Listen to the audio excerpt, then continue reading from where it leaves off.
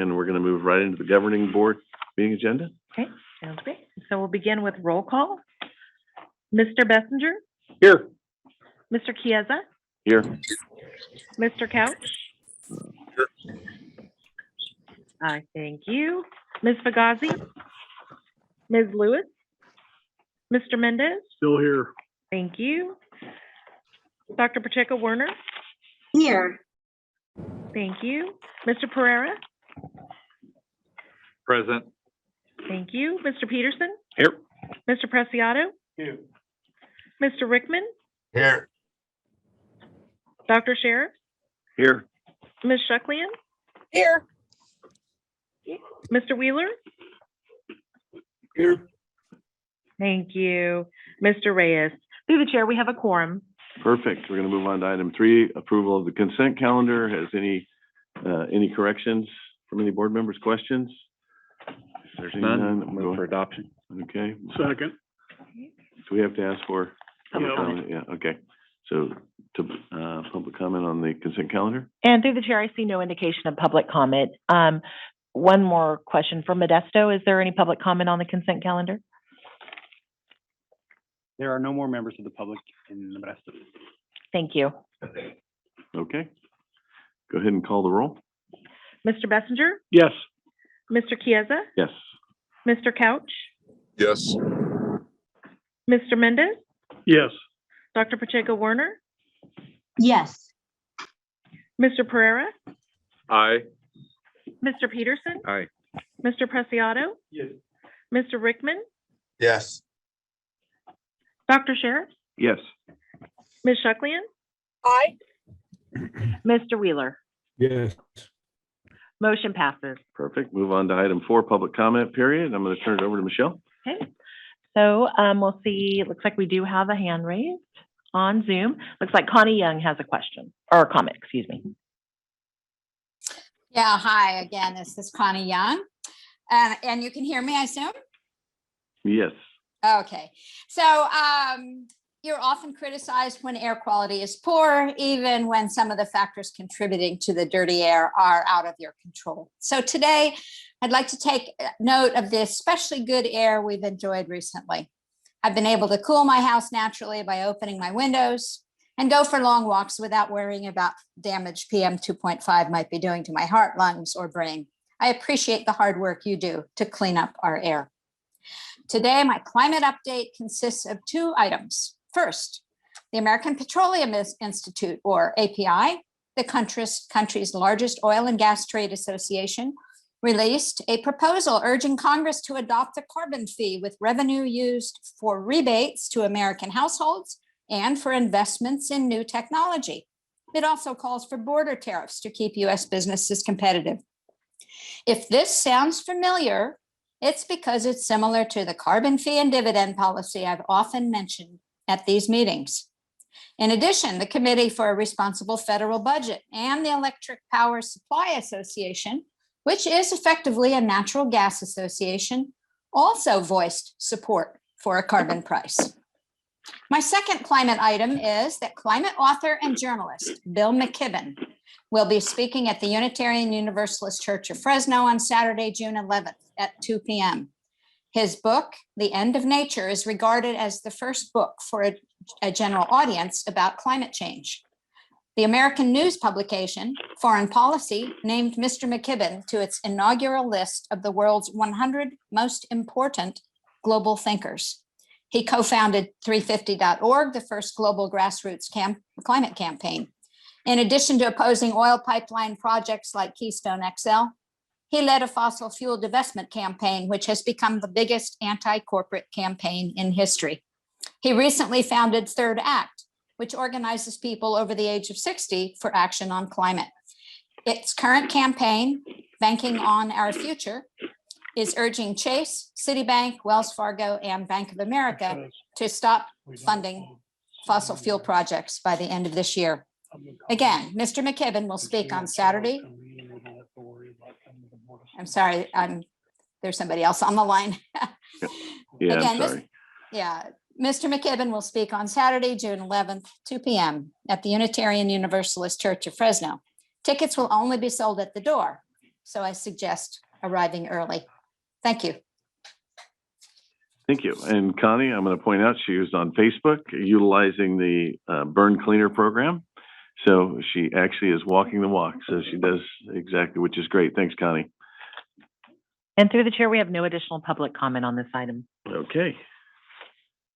No one in the north, so. Item number 5 is report on District Citizens Advisory Committee activities, and we do have Mr. Cunha on Zoom. Excuse me, can you hear me, Michelle? Yes, we can. Great, thank you. As in your packet, again, Manuel Cunha, Chair of the CAC.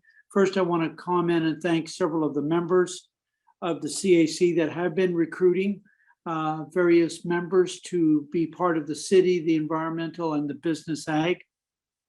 And that's been improving. And so, again, I want to thank Michelle and everybody's efforts for helping pull that together. Before you is the report of the CAC that happened last month.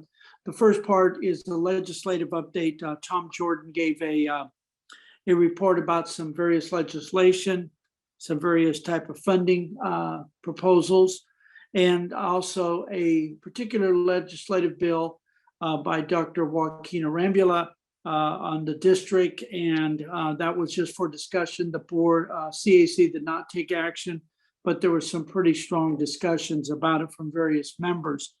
The second thing came before the board was the Todd DeYoung gave the report on the farmer program, on the funding, how much money has been available for this coming year, and hoping that we will be able to get to our deadline in 23 of December. So he gave a good report on the accomplishments of the farmer program and how much money is being spent both by the farmers and the grant fundings. The third item was Morgan Lambert gave a report on the ERCs of where that's at and the emission reduction credits and what is being done to improve and discuss that. So that is still moving. And then a report from Jessica Olson on 617, various locations that are getting their committees together and implementing various programs. They gave a report on that. So if there's any questions, Mr. Chairman, again, I want to thank the district and the staff and everybody working on getting members to fulfill those committee seats for the various areas. So thank you very much.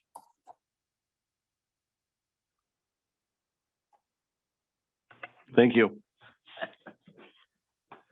Now, is that the only advisory committee, just Manuel? Okay, gonna move on to item 6, discuss advocacy for reducing mobile source emissions and leveraging new opportunities. Samir. Thank you, Mr. Chair, board members. Just a quick introduction. I've got a few individuals here who are going to walk through a presentation laying out some information around where some local activities are, but more importantly, consistent with your board's legislative and policy advocacy strategy, where there's some opportunities for really pushing and elevating the urgency of addressing and reducing mobile source emissions as we keep marching towards trying to attain these various federal standards. There is a lot of effort that's going on locally, as you heard about in the budget presentation. There's a lot of opportunity here and kind of in front of us in terms of the state budget, and you'll hear more information from staff on where that is right now. And there is an urgency. There are deadlines that we have to meet under the Federal Clean Air Act. There are plans and various requirements and consequences for not meeting those deadlines. And those consequences are local. There are penalties and sanctions on businesses, on residents, on agencies, when in fact we've been working really hard to reduce local air pollution and really need some help when it comes to mobile source emissions, in particular federal mobile source emissions, and are really not going to be able to meet these various mandates without real concerted efforts to put resources and policies into place that will address those emissions. So the purpose of the item is to really lay out, what those recent efforts have been at the local level and continue to be at the local level, while we now hopefully ramp up and take advantage of some opportunities for really addressing these mobile source emissions. So with that, I'm actually going to turn it over to the team who's going to walk through an expedited sort of a version of this presentation, just kind of given where we are on the clock here, but want to lay out some information and get the board and public activated in terms of how do we pursue some of these opportunities. So with that, John, go ahead. Great. Thank you, Samir. Just to introduce myself, I'm John Klassen, Director of Air Quality Science. I'm joined by John Stagnero, Director of Compliance, and Tom Jordan, Senior Policy Advisor. So just to give you a little bit of background, as you know, we have a lot of challenges working against us here in the San Joaquin Valley that really make it difficult for us to meet the federal air quality standards. And we have an unmatched combination of both topography and meteorology that can work against us. We have another set of challenges. We have the goods movement corridors running through the San Joaquin Valley, I-5, Highway 99. Population continues to grow in the San Joaquin Valley. Even though California as a whole, we're seeing a decline in population over the past couple of years, the valley does continue to grow in this region. We see pollution transport from other areas that can be a concern, wildfires, as we've discussed a number of times. Because of all these challenges, we have a substantially greater challenge in front of us, and we have to reduce our emissions even further than other regions would have to meet our clean air targets. Just a reflection of how far we've had to come to reduce emissions. This chart shows that the change in NOx emissions from 1980 to 2021, so over a 40-year period. We've adopted over 650 rules since 1992 to help meet our clean air targets. And this shows NOx emissions specifically because NOx emissions reductions has been a cornerstone of our air quality improvement strategies for ozone and PM 2.5 over many years. And you see the big change here because of those strategies. Overall, NOx has been reduced by over 75%, and looking just at stationary source, that's the green part of that chart. Stationary source NOx has been reduced by over 93% over this period. I'm just showing an example of one specific source category that's been reduced significantly. This is showing industrial boilers over this time period, showing NOx reductions. So if you looked on the left-hand side, you can look at the NOx emissions from the late 80s to mid 90s. And going forward in time, you can see the significant reductions that have occurred through multiple generations of rules and regulations that have applied to industrial boilers, with the latest being in 2020. Those amendments coming from a commitment from our 2018 PM 2.5 plan. We're over on the right-hand side. You can see the NOx emissions from industrial boilers have been reduced by 98% already through all of the generations of our rules and the implementation of new control technology. Our work is ongoing, regulatory work to continue to reduce emissions. This is our latest attainment plan for the PM 2.5 standards that was adopted by our board in November of 2018 that addresses all of the current PM 2.5 standards. This included a number of elements within a strategy for stationary and mobile source control measures, incentive-based control measures to accelerate the deployment of new vehicles, equipment, and technologies. And the vast majority of the district's emission reduction commitments from this plan have been achieved through new regulatory measures. We've already progressed through a number of measures in this plan that we've taken to your board for adoption over the past few years. Rule 4901, our wood burning rule, was adopted in June 2019. The end of 2020, we adopted amendments to our flares and boilers, steam generators, process heaters rule, as well as an under fire charbroiling strategy. Followed in the next year in 2021 by the phase out of open agricultural burning, amendments to our internal combustion engines rule in August 2021. And then later last year, we took our burn cleaner incentive measure to your board in November, and then following and finishing the year in December with amendments to our glass melting furnace and solid fuel fired boiler rules. We continue to work on other measures since all of these changes and adoptions over the past few years to continue to reduce emissions across the valley. We're looking at enhanced limitations to address leak emissions from oil and gas operations. That's an ongoing rulemaking that we're evaluating right now. Enhancements to conservation management practice requirements, looking specifically at fallowed lands and conservation tillage. Looking at our under fire charbroiler emission reduction strategy, looking at large near sensitive receptor operations and new large operations, seeing what could be done there. Potential enhancements to our residential wood smoke reduction requirements, building on what we've already done. And also continuing to evaluate the emerging alternatives to open burning through the adopted phase-out strategy. Just to highlight our stationary source control program, there have been a few recent actions by state and federal agencies that really show how stringent our program as a whole is. In response to a challenge of EPA's approval of our 2018 PM 2.5 plan, the Ninth Circuit Court of Appeals upheld EPA's conclusion that the district is implementing already the best available control measure and the most stringent measures for all of our programs and regulatory efforts. As another example that's happened recently, the federal EPA recently proposed an interstate transport federal implementation plan on a number of states across the nation, where they proposed a number of emission limits within that FIP that were meant to be stringent, that would have to be applied in different areas. Evaluating those proposed emission limits from the EPA against what we have already in our program, our limits are already significantly more stringent than what EPA is proposing in this FIP. And just as an example here, for flat glass melting furnaces, our current limit for that type of operation is already 80% lower than what EPA has proposed in this recent FIP, just showing an example of how far we've had to come already to reduce emissions, to get our limits very low, to be able to meet these federal air quality standards. And through all the different regulations that we have, they are enforced through permitting and enforcement programs, inspection activities, compliance assistance, and community engagement and complaint response. And at this time, I'm going to pass it over to John Stagnero, who's going to give us some more details of our enforcement program. Thanks so much, John. Mr. Chair, members of the board, I'm John Stagnero, the Director of Compliance here at the district, and I'm happy to present to you a few slides on our enforcement program. So the enforcement program conducts a wide range of inspection and compliance assistance activities to ensure compliance with district, state, and federal rules and regulations. All those objectives are set forth in federal and state law. And we conduct inspections here at the district of over 14,800 permitted facilities to ensure compliance with those regulations. And all those requirements are typically included as conditions on the facility's operating permits. Annually, the district inspection team inspects over 30,000 emission units and responds to 3,200 public complaints, which is supported by a bilingual 24/7, 365 complaint system that's accessible by a phone hotline, by our online portal, and by our smartphone application. And all these inspections also ensure compliance with agricultural burning restrictions, with residential wood burning restrictions, and other applicable regulations. And we collaborate with the California Resources Board, the EPA, and other local, state, and federal agencies to provide them with unique expertise that we have on enforcing our stationary source rules.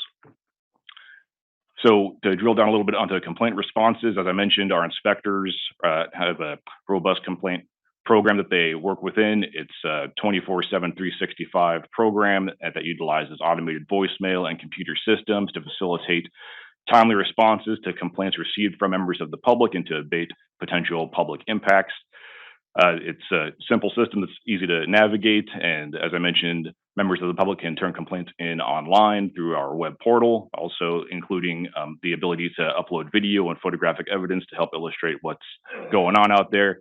And the district's website is also available, as well as a smartphone application as well. And all those platforms are supported with bilingual functionality. And there's a translation service that our inspectors utilize. So if we receive a complaint from a member of the public that needs that service, we can provide that to them. We also provide education, training, and compliance assistance as a key component of our overall approach to ensure compliance with our rules and regulations.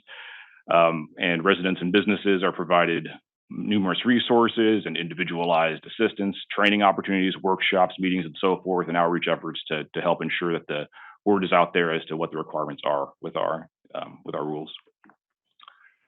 And as far as enforcing the rules, over 3,000 enforcement actions are taken each year to address non-compliance with rules or regulations. Those enforcement actions can be notices of violation, notices to comply, records of corrective action taken. And following any enforcement action, our top priority is to work with residents and businesses that are found not to comply with our rules and ensure a prompt return to compliance, but then also provide education and explain the why behind what happened, what caused the violation, so that they can prevent future occurrences of noncompliance. And in many instances, our efforts that uncover violations are addressed immediately upon discovery, and our compliance is returned to in the same day. And we also use that opportunity to provide real-time in-field education to, again, prevent future occurrence of violations. And just to shine a spotlight here on oil and gas operations and how we enforce our small and large oil and gas producers. I wanted to highlight this to showcase some technologies that we use to support our inspections. On the top right, you'll see a video that's on playback, which shows a forward-looking infrared camera technology that we utilize to help qualitatively see if leaks are coming from any emission units out in the oil fields. There's a 16-foot tall steel riveted tank that has emissions that you cannot see with the naked eye, but the technology shows that there is some emissions coming from the top of the tank. And that allows us to target our quantitative approach to get up onto the tank or to get a boom lift out there, and using that tool in the bottom right, toxic vapor analyzer, to quantify those emissions and make sure that those leaks are within the permitted thresholds for leaks. So we utilize those technologies to conduct our inspections. We work with communities on understanding and responding to concerns that they might have about oil and gas sources in their areas. An example of that is our recent efforts to assist bringing an asthma intervention and mitigation program to the Arvin and Lamont area. We also partner with other agencies to support enforcement efforts and provide technical expertise to them, as well as in-field training to those other agencies. And as John mentioned earlier, we continue to enhance our leak repair and inspection and other requirements through the rule development processes that are currently underway, mindful of recent federal guidance and working with the California Air Resources Board. So that wraps up my enforcement recap, and I'll pass it back to John to talk about incentives and our attainments toward national ambient air quality standards. Great. Thank you, John. So in addition to our regulatory and enforcement programs, of course, we also operate a comprehensive emission reduction incentive program, which is among some of the most comprehensive and effective across the nation to operate these types of programs. This helps accelerate mobile source reductions and achieves emissions reductions at the community level, brings benefits there through clean air grant funding and the different projects that we do there. It's definitely an effective way to accelerate emissions reductions, to encourage the advancement of new technologies to get developed and implemented across the valley and the region. Given that over 80% of our NOx emissions in the valley come from mobile sources, having a successful program here is really key to help us continue to get emissions reductions and surplus of our regulatory efforts to help us get into attainment of these standards. And just to show the progress that we've made already in improving air quality and what standards we already have met, we list here a number of standards that the Valley has already been found in attainment of, including the federal NO2, SO2, carbon monoxide, and lead standards. We're attainment for the federal PM10 standard, the 1 hour ozone standard, which we are the first and only region to attain a standard after being classified as extreme non-attainment, which is the worst classification an area can be given. We've also, just last year in 2021, EPA found the Valley in attainment of the 24-hour portion of the 1997 PM 2.5 standard, set at 65 micrograms per meter cubed. And we're continuing to improve ozone and PM 2.5, which I'll show in a couple slides here, getting us closer and closer to attaining other standards for PM 2.5 and ozone. And as Samir mentioned, looking at the year 2021 is looking promising. We're evaluating that very closely right now, and we may be able to show that we've attained the annual portion of the 1997 PM 2.5 standard, as well as the 1997 8-hour ozone standard. Just showing this on a map here, the progress that we've made in improving PM 2.5 across the valley. On the left-hand side, this is the 24-hour average, what's called the design value, which is the official metric we use to determine if the region is in attainment of a standard. So going back in time on the top left, you can see about 20 years ago, we had much higher values of 24-hour average PM 2.5 that progressing through time to more recent years. You can see the significant change there, where we've now attained the 65 microgram standard, and we're progressing towards attaining that 35. On the right is the annual average design value. And again, you can see back in 2003, many areas of the valley had much higher concentrations of the annual average design value. Than progressing over time, you can see how much that's improved and how we're continuing to make progress towards the annual standards. Looking specifically at ozone now, this is the ozone design value. This is, again, the metric we use to determine if we're in attainment of the standards. And you can see on the bottom of this chart here a few dashed lines showing the 3 8-hour ozone standards that we have to meet, 84 parts per billion, 75 and 70 parts per billion. And you can see this progress over time from 1990, how much this has changed, how much this has been reduced. If you go all the way to the right-hand side, you can see that dashed line there, those are the values if you include wildfire impacts. But without wildfire impacts, you can see that we are right there at that first attainment target for 84 parts per billion, and we're continuing to evaluate that. Looking at this regionally, similar with PM 2.5, you see the significant improvement that has happened across the valley for ozone, where 20 years ago we saw many areas with much higher concentrations, and progressing through time, you can see based on the color changes here how much better ozone is now compared to what we've seen 20 years ago. So through all of our planning and regulatory efforts, we have a successful history in working closely with CARB to develop plans to bring Valley into compliance with the state and federal air quality standards. CARB always provides extensive support and oversight over our ongoing stationary source regulatory and permitting activities. All the plans we work on go through an extensive public process at both here at the local level, at the state level with CARB, that includes all the stakeholders who wish to be involved. These are approved at public hearings at both the local level here and at the state level, and then it gets submitted to EPA for their review and approval, which is also a public process. So significant chances for the public to be involved throughout the whole process as these plans are developed. CARB and local districts like us here, we also work together on maintaining the air monitoring network throughout the San Joaquin Valley to collect that data that is foundational and key to be able to come up with these strategies to attain these federal standards. And just as an example of the amount of collaboration and the level of work that goes into some of these efforts is our 2018 PM 2.5 plan.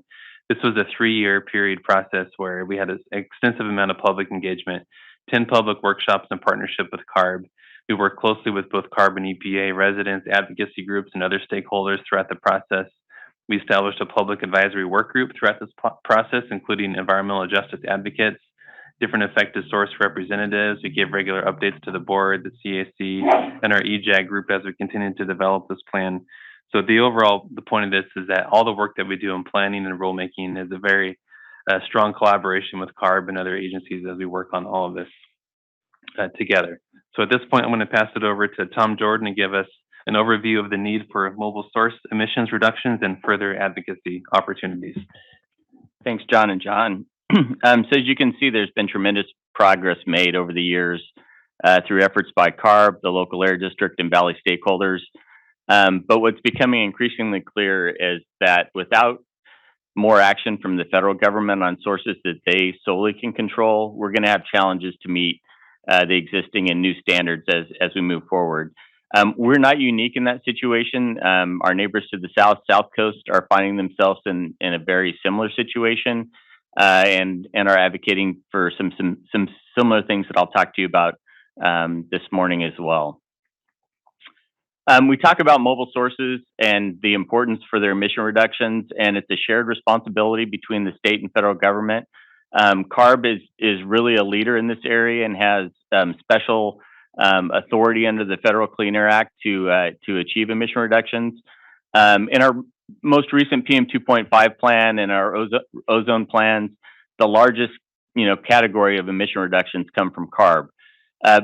But it really is a shared responsibility with the federal government, and there are parts of the mobile inventory that CARB can't reach. Things like interstate commerce trucks, locomotives, ships, planes. CARB has limited authority to deal with those, and we really need federal action if we're going to be able to continue to improve the air quality and meet the more stringent air quality standards. This chart shows you in about 2020, there was kind of an inflection point. California has done its part and reduced emissions dramatically, but the federal sources have kind of stayed relatively flat. You haven't seen a lot of progress on new standards at the federal level to bring those numbers down. So in about 2020, federal sources become larger than the sources that CARB can actually control, and that continues out into the future. One of the challenges of this is that under the Clean Air Act, besides just the public health impacts, there are real impacts to a region if you can't meet federal standards. So if we don't get the federal government to take action on the sources they control, the penalties under the Clean Air Act could end up impacting us. And those are everything from barriers to new permits, increased offset ratios, loss of federal transportation funds. The number varies over time, but the most recent time they looked at what that could mean, it's about $2.5 billion. Federal government would then come in and actually write a plan for our region. So you lose local control over your destiny at that point. And those penalties generally stay in place until you have a plan that meets the new Clean Air Act requirements. So you know, we will continue to do what we can do at the local level. The state will continue to do what they can do, but without help from the federal government, we could still find ourselves in trouble under the Federal Clean Air Act. So as we move forward, we're looking at what opportunities are there to achieve emission reductions from these categories. And there's a number of opportunities at the federal level right now that we're involved in and that we're pursuing. One of them is, for the first time in a long time, the federal government is actually reviewing their heavy duty standards their standards for heavy duty trucks. We've been engaged in that effort, letting them know the importance to our region in getting those emission reductions. Also, we really see this as a little bit of an equity issue as well. California is doing its part to control fleets in our region. The pass-through trucks should be meeting those same standards that our trucks are meeting. So we continue to advocate that they adopt a standard as close to California's as possible to get emission reductions to help us to meet future air quality standards. Also, there's significant action at the federal level on infrastructure funding for the deployment of electric vehicles and other vehicles, buses, school buses. There's a lot of activity at the federal level that provide opportunities. Also, USDA has started an initiative, a climate smart ag initiative, and we're going into a farm bill reauthorization period where there should be additional opportunities to get funding to further reduce emissions from agriculture through incentives. Sustainable agriculture has kind of become a big topic around, and our ag industry has already identified things they can do, and with some help from some funding through the farm bill and from the state budget to make continued improvements. As was discussed earlier during the budget presentation, there are significant opportunities in the state budget that we continue to look at. That merry-go-round can stop, but at the time we're looking for all the opportunities there are and trying to push for as much air quality benefit in the valley as possible. On the state budget, the governor just recently released his May revision to his January proposal, and the most current estimate for the surplus is $97 billion, which is unprecedented. It's a mind-boggling number, and as was mentioned earlier, that can cause some problems going forward because of GAN limits and all kinds of other issues that the state faces. But between the governor's two budgets, there is significant air quality funding for issues we're concerned about. There's $150 million for the farmer program, which is the program to face ag equipment. We generally get about 80% of the farmer funding in our valley, so that's a very big line item. There's $260 million for both the staff work that goes into AB 617, community participation, and for incentives. Healthy Soils program, which can relate to our ag burning phase out and some other issues, $85 million. There's a $85 million line item to make food processors more efficient, we have a number of people, particularly in the North Valley, that have been very interested in that program and have taken advantage of that program in the past. $250 million for a new statewide Clean Cars for All program and $50 million for local Air District Clean Cars for All program. This is a great opportunity. We think maybe the numbers are out of whack and they should be flipped in some ways. And so we continue to advocate on that front, but at least the money's there. It's about reallocating, not getting the funding. And then the governor's got a multi-year proposal for the deployment of zero emission vehicles. It's actually about $10 billion when you include last year's budget and this year's budget for doing all that. We are while this is the governor's proposal, this continues to be a negotiation, and there's a lot of activity with the Senate and the Assembly to plus up some of these numbers, like the farmer number. We'd like to see that actually increase. There's a proposal from the ag industry for a sustainable ag package that we continue to support as well. I mentioned the Clean Cars for All numbers, so we continue with that advocacy, and it'll be a rush to the finish line, hopefully by about the middle of June. One thing that's not on this slide that is also working in our favor is the cap and trade program, which has been a large funding source for a lot of our program. Actually, there should be about $100 million more than was assumed in the governor's budget from the most recent cap and trade auction. So there are some options for the legislature to plus up and still have a balanced budget. We continue to look for all the opportunities we can to work with the federal government and others to make sure that we're moving the ball forward on our issues. As I mentioned, South Coast is in a very similar situation to us. So we've actually, for the first time, really ever engaged in some federal discussions with South Coast to share our joint needs. CARB also has realized the importance of federal action and is joining those discussions as well. So, three of the largest air quality entities in California are kind of singing from the same songbook as we asked for federal action on sources under their control. I mentioned the federal action on infrastructure bills.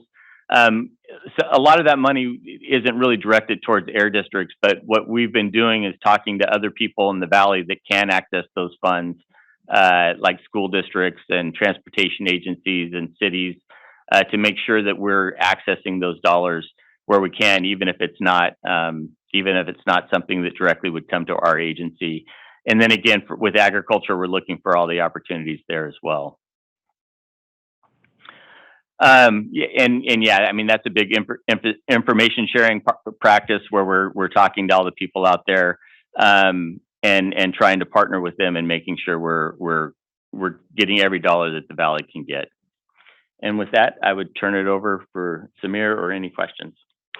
Yeah, so just again, the purpose of the item is to bring the board up to speed on where we are with that advocacy effort, state budget, some of the federal opportunities, and what we're going to be doing, continuing to be doing, which is ramping up the level of intensity in terms of wanting to see that funding and allocation coming to the Valley. There's a number of pots that are cooking, if you will, on that front, and so there's no formal action on this item, but it is a good opportunity for any brainstorming, any other ideas, things that we could be doing to really elevate that message and share that information, and probably be some efforts to really get the Valley even more strongly behind, some of the need for the state and feds to respond to those needs. So I'll turn it back to you, Mr. Chair and board members, for any comments or questions. Thank you. I see Dr. Pacheco-Warner wants to speak. Yes, thank you. Thank you, Chair. Thank you so much to staff for this presentation. I definitely see the opportunity and in a way that answers many sort of different sides of the issues. For me, the most pressing is the public health impact that it has for federal action to happen as soon as possible. And then just talking to stakeholders, that idea of making us on par competitive with other states that are doing similar economic goods movements or anything that uses heavy duty vehicles is important. In addition to all of the additional funding that we'll need to really do this transition to zero emissions. My question, and I know that you have it, on the slides, but I think it's important that, part of a public health agency is the public engagement piece of it. And I wonder if you could talk a little bit about, how you plan to sort of keep the public more updated on all of these efforts as they move forward, and hopefully as we see some successes. Thank you. Thank you, Dr. Pacheco-Warner. Great points and question as well. And obviously with this item, the purpose of the item is actually to do that and have a great discussion and information for the public to continue galvanizing that level of support. So the idea is that we're laid out in some of those actions that we're actually working on now, and that we wanted to keep pushing here now that we're getting close to the state budget, for example, getting to its final legs here. involve exactly what you just said. So we are actively talking to cities and counties, other stakeholders about how we can have more projects ready as funding opportunities are now emerging, say under some of the federal programs. There's a lot of active conversation going on around that, a lot of support in different ways that we're providing, whether it's everything as simple as strong letters of support to often actually partnering on, supporting a grant application or even being the lead in cases where we're eligible to provide that sort of support. That's actually happening right now. We have great relationships with just wide range of Valley stakeholders. One of the suggestions that we made here as part of this presentation was continuing to look for more opportunities in the media to also get this message out there and really have the Valley as a region, as a coalition, push and hold all of us accountable, in the state, for example, budget process to really making these opportunities materialize here, the plus ups that Tom was talking about, but also the allocations being significant towards the San Joaquin Valley. I think, that this is a critical moment in terms of trying to get more of that messaging out there with our residents, with our business communities, advocacy organizations and others to really galvanize and get that support behind those efforts. So that's the purpose of the item, is to really do what you just stated, which is to continue updating the board and the public on this effort, the importance of it, and then looking for more ideas on how to get that support, behind this effort. And it's already underway. And I think what the point of the item is to really amplify that moving forward, especially as we kind of get through the state budget process right now, and as also the federal funding opportunities are starting to emerge, which is something that we're tracking very closely as well. Thank you. Dr. Sheriffs? Thank you. Thank you for the presentation. Thank you for the summary of what's going on and some of the actions that we're engaged in.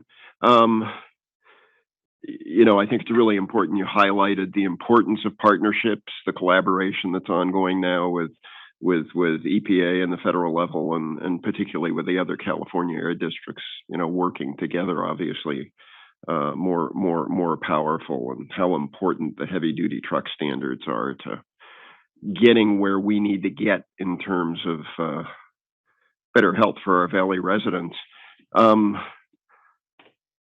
A different area that's on the radar now, another challenge. Well, California, through the Clean Air Act, has been able to negotiate with the auto manufacturers and establish standards in the past. And many states have signed on to that throughout the history of that. It's been very, very successful in terms of driving the technology, in terms of improving emissions from vehicles. And California's standards have always been the driver compared to what the federal government has come up with in terms of standards. So now I gather there are a number of states that actually are not happy with California having its own ability. And how does this begin to play out, and what do you see as our role in that? Or yeah, great. So that's definitely been an ongoing issue, at the state level, federal level, between administrations. There's been, without recapping that entire history, but there's been a back and forth on what's called the California waiver, the ability of California to do what they've always done under the Clean Air Act, which is adopt mobile source regs that other states can then benefit from under the framework of the Clean Air Act. So there's been a lot of movement in that direction in terms of light duty requirements. Now with the heavy duty proposal, that would also be there's the California heavy duty truck standard, which does need to rely on the waiver, and then there's now this national proposal. On the light duty side, there has been some reaction to the recent reinstatement of the California waiver for the light duty requirements in California. That's happening in court. So that's becoming a legal challenge, and I would imagine the courts are going to rule one way or the other, right? When it comes down to it, in terms of the process that was used by the federal administration to reinstate that waiver. And it's just the latest of many suits that have been filed as they relate to the waiver. So we're watching that closely. Our board's position has consistently been in the past that, the need for national standards, the need for mobile source reductions at the national level. You know, we've always pushed for, you know, whether it's the light duty or the federal or the heavy duty or other sectors, we've always pushed for there to be, you know, the ability for California to be able to adopt those regs, and then and now even more importantly at the federal level for equity, you know, to really level the playing field across the country, you know, because we're already doing that here at the California level. There's a faster acceptance of that technology if the feds also look at this at the federal level, and that's where that's where the focus of this discussion is today. But you're right, it's the latest of a lot of legal battles that have been going on around the state's ability to have that waiver. Yeah, it's so important. That waiver has been critical to our ability to protect our air quality and make progress. Yeah. Thank you. I see no more comments from the board. Are there any public comments? Okay. It looks like we do. Looks like Connie Young. Hi, this is Connie Young again. I'm just glad to hear you talking about the need for federal involvement. And I just have to question, instead of a hodgepodge of different regulations for different sectors, what about just putting a price on carbon emissions? That would take care of automobiles, light duty trucks, heavy duty trucks, stationary sources. It would be fair because it would would level the playing field basically for everyone, return the revenue to U.S. households. So once again, I just have to suggest that that could be a solution that would help clean our air and make it easier for us to compete with the other states as well. Thank you. Thank you, Connie. I do not see additional public comment on Zoom, and I believe there are still no members of the public in Modesto or Bakersfield, and there are not any in Fresno. So it looks like no public comment. Okay. Any other board comments? Let's get face to face. It always has we're more effective when we're face to face. We've seen that many times. Have them tell us no to our face. They don't want to fund it. Go ahead, Samir. No, that concludes our presentation on that item, and yeah, I do continue to strongly, very, very, very much appreciate the support of the board in whatever ways you can continue to assist in pushing for these priorities. I know that you've all been working hard on helping advocate for these resources in the state budget and other opportunities. So appreciate that, and we'll continue to keep you updated on these efforts as this moves forward. Perfect. Okay, seeing nothing else, we'll move on to item 7, verbal report on California Air Resources Board, CARB, and Dr. Pacheco Warner. Hi, yes, can you hear me okay? I'm sorry, I'm traveling. Yes. Okay, thank you. So I'm actually going to my California Air Resources Board meeting for this month right now. I will say that one of the things mentioned by other board members that's upcoming is our first hearing of 2 for the Advanced Clean Cars regulation. And that is about, we want to have those conversations about infrastructure for zero emission vehicles, what types of zero emission vehicles, and how do we really ensure those equitable funding mechanisms for folks in our valley to take advantage of that transition and do it successfully. So that's upcoming in the June CARB meeting, and I'd really recommend any jurisdiction in the valley to be involved in that process to make sure that we're well represented. And definitely I am there, and you can definitely reach out to me and let me know your concerns as well as I bring them up to that hearing. And I think that for me, this regulation and one coming up in the fall about heavy duty vehicles will be instrumental in getting us to those places where our staff have been telling us as well. So looking forward to seeing engagement there, and then also looking forward to representing the board and the valley in those discussions. Thank you. Thank you. And I want to thank you for representing us. It is a tough job. And then if Samir, if you could send out a reminder when that board is coming up, if any of us can attend, that would be great. Any questions for Dr. Pacheco-Warner? Seeing none, you're going to move on to Executive Director. Short report. Yes, sir. Just wanted to remind the board and the public and anybody out there, cities, counties, nonprofit organizations, that our Clean Air Center grant opportunity is open. It's a live program. It's brand new. The first time that we've done this, so we encourage various entities that are eligible to apply under that program. You can get some of these heavy duty or not heavy duty, is probably the wrong word, but some of the commercial grade portable air filtration systems. You can put them in libraries, community centers, other types of facilities during these wildfire impacts to assist with that.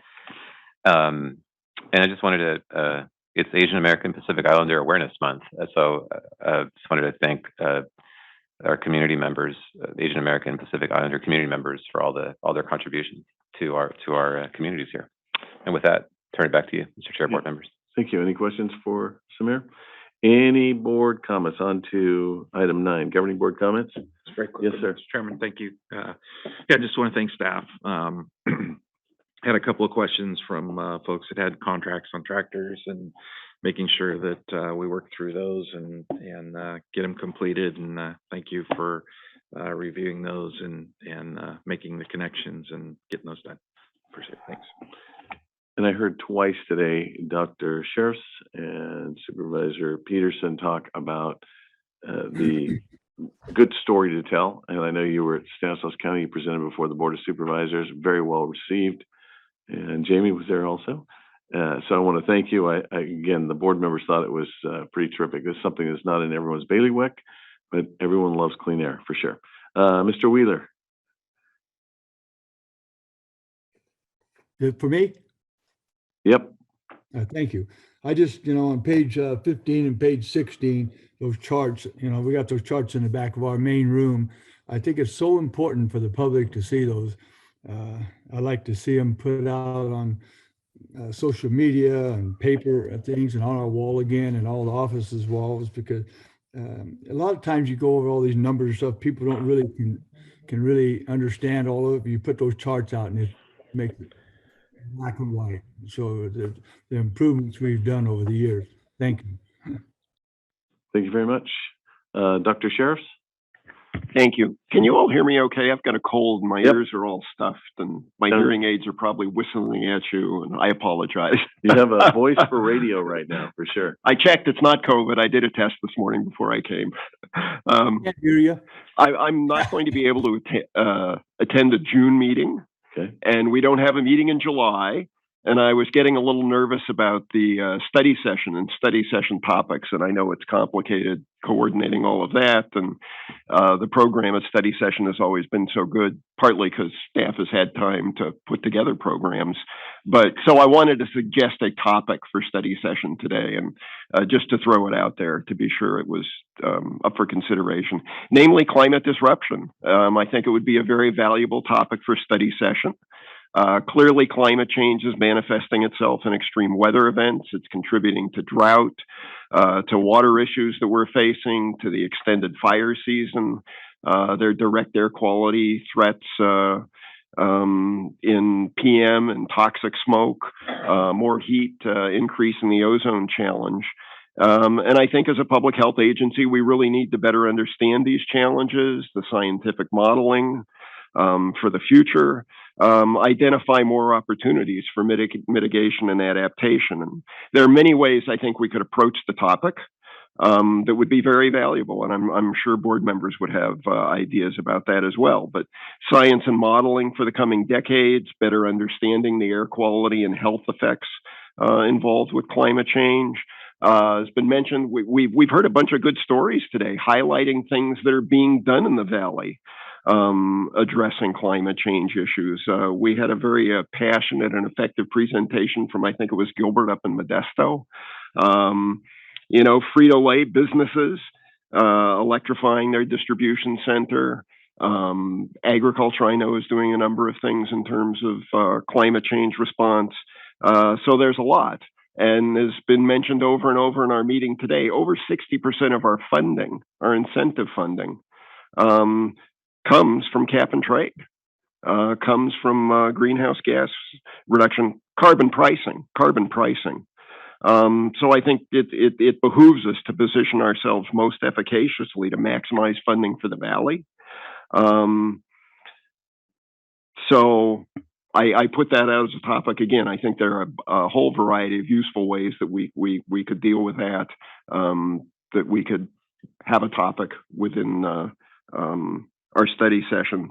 And I think it would to assist this board in our public health and air quality mission. So just to put it out there, because I won't have an opportunity in the next couple months. And thank you. Appreciate thank it. you. Dr. Pacheco Warner.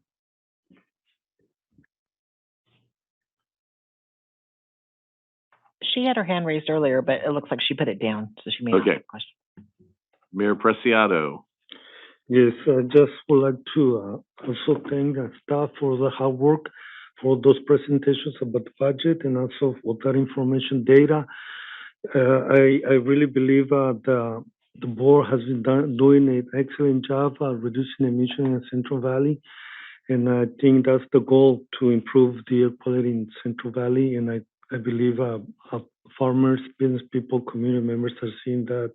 And I would like to thank staff for the hard work you guys been doing all together, working as a team. Thank you. Very nice comments. Agreed. And again, to all the staff and all the board members, thanks for giving us 3.5 hours of your Thursday.